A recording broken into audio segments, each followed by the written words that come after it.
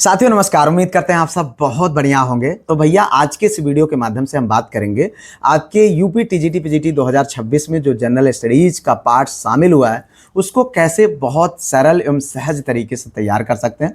क्योंकि जब से आपका जनरल स्टडीज का सिलेबस आया है आप सभी के बहुत सारे कमेंट, मैसेज और कॉल्स आते हैं कि सर जनरल स्टडीज बहुत ब्रॉड है, कितना पढ़ें, क्या पढ़ें, कैसे पढ़ें, क्या छोड़ें। तो आज के इस वीडियो के बाद आपके इन सारे सवालों का जवाब बिल्कुल शून्य हो जाएगा।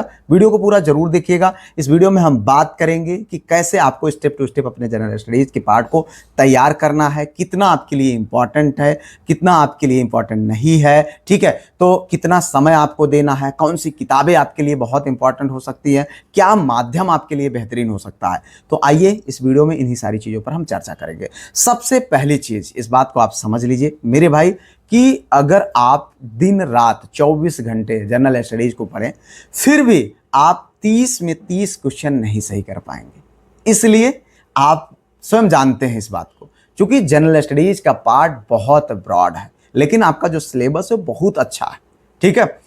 अब आप कैसे पढ़ेंगे, आपको पढ़ने का जो तरीका है वो डिसाइड करेगा कि आप कितना मैक्सिमम मार्क्स अचीव करने वाले हैं, ठीक है। आपको स्मार्टली पढ़ना है।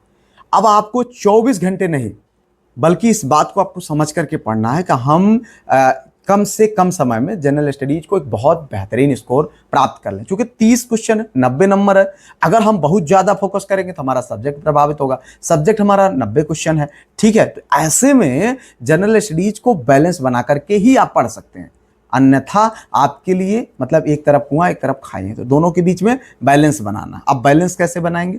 सबसे पहले तो जैसा कि मैंने आपको बताया कितना भी पढ़ लीजिए 30 में 30 क्वेश्चन नहीं ला सकते, इसलिए आपको बैलेंस बनाना। बैलेंस बनाने के लिए सबसे पहले आप जाइए अपने सिलेबस के पास। जब आप सिलेबस के पास जाते हैं तो सिलेबस आपको स्वयं बताएगा कि भैया ऐसा है कि आप बस इन टॉपिक को पढ़ लीजिए, बस आपका काम हो जाएगा। और उसके साथ साथ आप देखिए अपने प्रीवियस ईयर क्वेश्चन। अब आपको लगेगा कि यार कहाँ प्रीवियस ईयर, पहली बार तो टीजीटी पीजीटी में जीएस आया है, तो मैं ये नहीं कह रहा हूँ। इनसे संबंधित या इनसे मिलते जुलते जो एग्जाम आपके जीआईसी अल्टीग्रेड, जीआईसी लेक्चरर, जीडीसी और असिस्टेंट प्रोफेसर जो आपका अभी उत्तर प्रदेश शिक्षा सेवा चयन आयोग के द्वारा एग्जाम हुआ था, उनमें जो जनरल स्टडीज के पेपर का जो स्तर था उसको ध्यान में रख करके आपको तैयारी करनी है, ठीक है।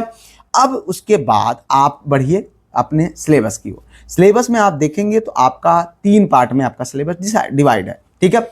अब 3 पार्ट में आप पहला काम ये करिए कि जो है आप हर पार्ट के लिए डिसाइड कर लीजिए कि हमको इसमें इतना मैक्सिमम मार्क्स अचीव करना है, ठीक है। मतलब मैक्सिमम जितना मिल जाए उतना ही अच्छा है, लेकिन हमारा फोकस ये होना चाहिए कि हमको न्यूनतम इसमें इतना मार्क्स लाना है, ठीक है। अब जैसे 3 पार्ट है, इसमें पहला है करंट अफेयर का। करंट अफेयर के लिए आपके पास ये भी होना चाहिए कि हमें कब से कब तक के करंट अफेयर को पढ़ना है, ये भी आपको पता होना चाहिए। और उसको कैसे पता करेंगे, उसके लिए आप इन जो पहले जो पेपर्स हुए हैं उन पेपर को आप देखेंगे तो आप अंदाजा लगा सकते हैं कितना पुराना करंट अफेयर पूछा गया। अगर यहाँ पर देखेंगे उत्तर प्रदेश शिक्षा सेवा चयन आयोग के द्वारा जो असिस्टेंट प्रोफेसर का एग्जाम हुआ था उसमें जो करंट अफेयर पूछा गया था वो पिछले 2 साल से मतलब भी पुराना करंट अफेयर था। तो आपके लिए मैं बीच का जो माध्यम बताना चाहता हूँ वो ये है कि आप जो है मई 25 से लेकर के नवंबर 2026 तक के करंट अफेयर को आपको तैयार करना। उसके लिए आप कोई भी मार्केट में अवेलेबल पुस्तक जो वार्षिकी आती है करंट अफेयर की, आप उसको ला सकते हैं, लेकिन कोई भी लाइए। हमारे पास सारे जो है प्रकाशन की किताबें अवेलेबल है। मैं आपको आश्वस्त कर दूं कि आपको बड़े धैर्यपूर्वक उसको देखना पड़ेगा, क्योंकि गलतियां हर प्रकाशन में, ठीक है, वो टाइपिंग एरर और तमाम सारी चीज़ें हो ही जाती हैं। तो इसलिए आप किसी एक पर ट्रस्ट कर सकते हैं या फिर आपके इन जो कलेक्शंस हैं इनमें से जो इम्पॉर्टेंट क्वेश्चंस हैं उसके जो है बहुत इम्पॉर्टेंट मटेरियल को मैं आपको मॉर्निंग में सुबह 7 बजे करंट अफेयर की श्रृंखला के माध्यम से आप तक पहुंचा रहा हूं। आप अगर चाहें, कहीं नहीं भटकना चाहते हैं, आपकी अपने इस 10 क्वेश्चन वाले पार्ट में मैक्सिमम क्वेश्चन अचीव करना चाहते हैं, तो आप बस उसको आप फॉलो करना शुरू कर दीजिए। जिसमें अभी तो मैं सिर्फ 10 क्वेश्चन दे रहा हूं, लेकिन जैसे ही आपके एग्जाम की डेट डिसाइड हो जाएगी उसके बाद मैं क्वेश्चन की संख्या भी बढ़ाऊंगा और टॉपिक वाइज भी करंट अफेयर को कवर करूंगा, क्योंकि ये आपके जो है सिलेबस का सबसे इंपॉर्टेंट पार्ट है। इसको बिना पढ़े तो नैया पारा ही नहीं होनी है। तो इस बात को आपको ध्यान रखना है। अब उसमें अगर आप देखेंगे तो सबसे ज़्यादा आपके राज्य चूंकि राज्य, राष्ट्रीय और अंतर्राष्ट्रीय महत्व की समसामयिक घटना है, तो राज्य में हम यूपी से हैं तो यूपी के जो करंट अफेयर हैं वो आपके लिए बेहद इंपॉर्टेंट हो सकते हैं। ठीक है, इसके साथ साथ चर्चित व्यक्तित्व और खेल, तो कहीं ना कहीं 3 से 4 क्वेश्चन आपके यूपी से और 2 से 3 क्वेश्चन आपके राष्ट्रीय और 2 से 3 क्वेश्चन आपके अंतर्राष्ट्रीय, 1 से 2 क्वेश्चन चर्चित एवं खेल से आ सकते हैं। तो उसको ध्यान में रख करके हम रेगुलर बेसिस पर आपके मॉर्निंग में करंट अफेयर की क्लास ले ही रहे हैं, लेकिन आगे उनकी संख्या भी बढ़ाएंगे और टॉपिक वाइज भी करेंगे। तो वो आपके लिए उससे बेहतरीन कुछ भी नहीं हो सकता है। ठीक है, या फिर आप कोई किताब ले लीजिए, उससे पढ़िए, या फिर आप उनको देखिए और उसके लिए आप उनकी पीडीएफ ले लीजिए। लिखिए नहीं, मैं बहुत कमेंट्स आप लोगों को देखता हूं कि सर मैं लिख रहा हूं, नहीं भैया, लिखने में टाइम मत बर्बाद करिए। ठीक है, आप ज्वाइन कर लीजिए, बैच मात्र 199 का है। ठीक है, 199 में आपको जो है पूरी की पूरी पीडीएफ मिल जाती है। उसके साथ साथ आपका टेस्ट होता है और टेस्ट की वजह से आप सप्ताह में, जब हम अभी तो 2 टेस्ट करा रहे हैं, आगे प्लान है 3 टेस्ट का, लेकिन आप इस जरा सोच करके देखिए कि आप 2 दिन पढ़ रहे हो, तीसरे दिन आपका टेस्ट है और उसके बाद टेस्ट में अगर आप पूरी रैंक जारी हो रही, तो क्या आप उस टेस्ट में पार्टिसिपेट करने के लिए पढ़ोगे नहीं? क्या आपका प्रयास नहीं होगा कि हम कॉम्पिटिट करें, बेहतर से बेहतर मार्क्स लाएं? आपका क्या ये टारगेट नहीं होगा क्या? बिल्कुल होगा। तो इसलिए आप उस बात को ध्यान रखिए। हमने बहुत दिमाग लगा करके बहुत जो है ऐसा बनाने का प्रयास किया है कि आपका जनरल स्टडीज बिल्कुल छूमंतर हो जाएगा। ठीक है, उसमें मैंने देखा एलटी ग्रेड का, चूंकि मेरे पास अनुभव है, लेक्चरर का मैंने देखा, उसके बाद जीडीसी का देखा, वहां पर बहुत बड़े मात्रा में हमने क्वेश्चन आपके सिर्फ ऑब्जेक्टिव क्वेश्चन करा करके फंसाए हैं। तो आपके लिए यहाँ पर अब तो डिस्क्रिप्टिव और जो है आपका ऑब्जेक्टिव दोनों चल रहा, तो जिसमें आप 2 दिन क्लास लीजिए, तीसरे दिन आपका टेस्ट। ठीक है, जैसे अभी बुधवार को टेस्ट हो रहा है, ठीक है, जिसमें मंडे से लेकर के बुधवार मॉर्निंग तक जो आप पढ़ रहे हैं, बुधवार को शाम को टेस्ट हो जा रहा है, फिर बुधवार को शाम से लेकर के सैटरडे तक जो इतनी क्लासेस चल रही हैं उसका आपका जो है संडे को टेस्ट हो जा रहा है, और उसके साथ साथ सैटरडे के डे में हम सारी क्लासेस को रिवीजन भी करा दे रहे हैं। अब आगे प्लान है कि मैं इस रिवीजन को संडे कराऊंगा, 6 दिन लगातार आपकी क्लासेस चलेंगी। तो ये जो श्रृंखला है बहुत स्मूथली मैंने इसको आपके लिए डिजाइन किया है, ये आपके लिए एकदम बेहतरीन हो सकता है, तो आप उस पर भरोसा कर सकते हैं। ठीक है, अब इसके अतिरिक्त अगर आप देखें तो आपका जो आपके जो जनरल स्टडीज का दूसरा पार्ट है वो है भारतीय इतिहास, भारतीय राज्य व्यवस्था और भारतीय अर्थव्यवस्था, भारत का भूगोल। ठीक है, अब इस पार्ट को आप स्कैन करके जब देखेंगे तो इसमें क्या है कि भारतीय इतिहास एवं स्वतंत्रता आंदोलन, ये पोर्शन जो है ये आपके सिलेबस का सबसे इंपॉर्टेंट है संविधान के बाद।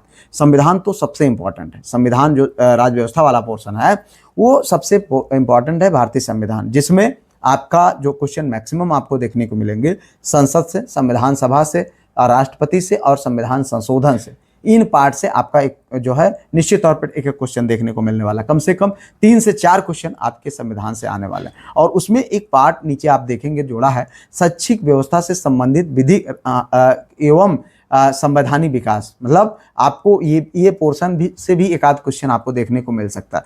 तो इन पोर्शन का मैंने अभी, आप जानते हैं कि मैंने क्लासेस डिस्क्रिप्टिव ली है, आप देखें मैंने कितने सरल तरीके से आपको समझाया हुआ है, ट्रिक के माध्यम से क्वेश्चन आंसर करा करके पूरा करंट अफेयर, मतलब पूरे एकदम से टॉपिक वाइज सारी चीज़ों को मैंने आपको बताया है, वो कितना सहज है। इसी तरीके से आगे की भी क्लासेस आपके कंटिन्यू होंगे। अब इसके बाद सबसे ज़्यादा इंपॉर्टेंट है भारत का जो है भारतीय राष्ट्रीय आंदोलन, ठीक है, भारतीय स्वतंत्रता आंदोलन। जी है, ये पोर्शन आपका कम से कम 2 से 3 क्वेश्चन आपके लिए कवर करेगा। ये पोर्शन आपके लिए बहुत इंपॉर्टेंट है और इस पोर्शन में इन दोनों को आप पढ़ लेंगे तो आपका काम मैक्सिमम हो जाएगा। और उसके बाद भारत का भूगोल, जी हाँ, भारत का भूगोल एवं जो है जनसंख्या वाला जो पोर्शन है, जिसमें भारत के भूगोल में अगर आप देखें तो जैसे नदियाँ, पर्वत, पठार, झील और ये अक्षांश, देशांतर और जो तमाम बेसिक क्वेश्चंस हैं, वो क्वेश्चन आपके लिए मतलब वो पार्ट आपके लिए इंपॉर्टेंट है, जहाँ से 2 से 3 क्वेश्चन आपके एग्जाम में आने हैं और जनसंख्या का 1 क्वेश्चन कम से कम आएगा।